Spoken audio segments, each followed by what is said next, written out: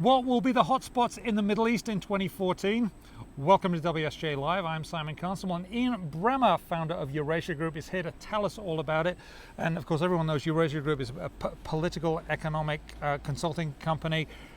You've been looking at a couple of things there that are big. One is Turkey. Let's talk about that. I thought it's looking like it's going to be a big story this year. What do you think? I do, and I wish it wouldn't just be this year. It's probably next as well. Turkey is not an emerging market right now, in my view, in the sense that it's not developing. They've had decades of actually putting their institutions together, their political institutions, making them more consolidated. They're now stripping them apart. They're taking legitimacy out of the judiciary, out of the police forces, and it's making it much more uncertain an environment for investors to want to be in. Their geopolitical environment is Syria, it's the Middle East, it's an anemic Europe. That's not working for them well, and they've got a leader who needs to be out. And they're squeezed there between the Middle East with Syria on the border and then the European Union on the other border. They've wanted to join the European Union. Would you say that's just completely off the cards now? Oh, that's been off the cards for several years, and Erdoğan just went to Brussels the other day. That meeting did not go well at all. There's no longer any support for him to go with begging bowl in hand to be a part of Europe. Plus, Turkish human rights issues, response to the demonstrations in Gezi Park, difficulties in terms of their constitution, all of that needs to be changed from the perspective of the EU. The Turks are telling them to go stuff themselves.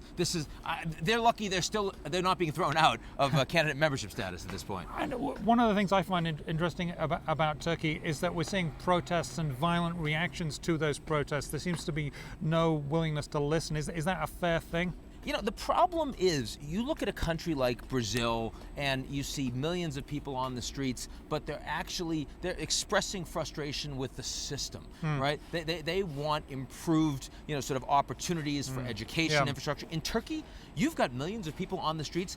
They're angry with one guy, right? Erdoğan is someone who they consider to be a Putin-esque sort of leader who refuses to engage or compromise, and he's not going anywhere anytime soon. That's caused a lot of problems. And very quickly on this, before we get to another topic, what's the end game for Turkey, do you think? The end game is that Erdoğan eventually has to leave, and the question is how.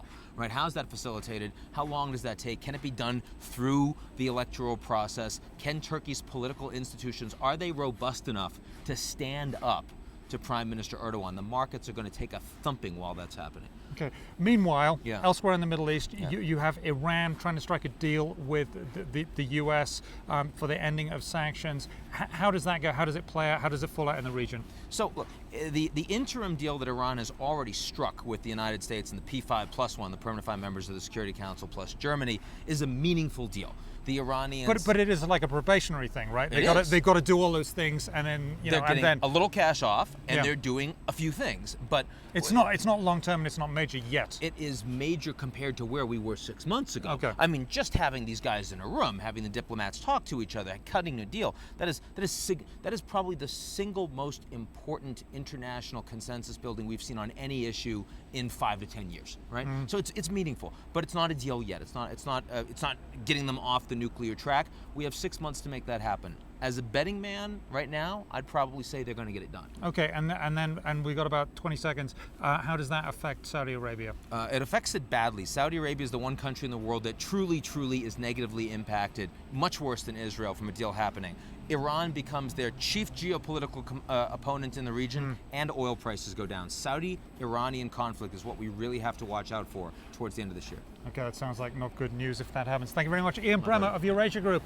I'm Simon Constable, and this is WSJ Live.